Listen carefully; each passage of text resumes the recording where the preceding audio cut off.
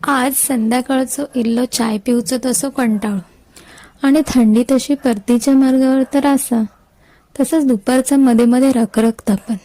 तर मग म्हटलंय की आज काहीतरी थंड गारेगार होऊन जाऊ देत.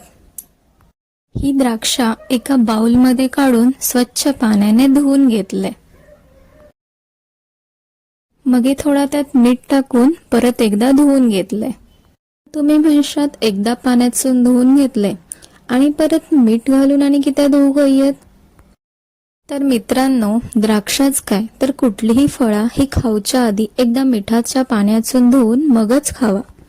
कारण हल्लीच्या काळात खूप मोठ्या प्रमाणामध्ये कीटकनाशके आणि विविध प्रकारची खते वापरली जातात. ही आपल्या पोटात जाऊन आपणास काही हानी होऊ नये यासाठी आपण घेतलेली काळजी. आता ही द्राक्षा कट करून मी एका ग्राइंडिंग जारमध्ये घेतले. त्यात थोडा चवीनुसार मीठ, साखर, पुदिनो, थोडंसं चाट मसालो, पाणी आणि लिंबू पिळून मस्तपैकी गरगरून घेतले. मग एका ज्यूस जारमध्ये ह्यो ज्यूस गाळून घेतलाय.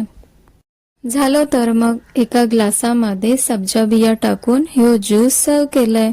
फ्रेश ग्रेप्स ज्यूस पिऊक तयार असा.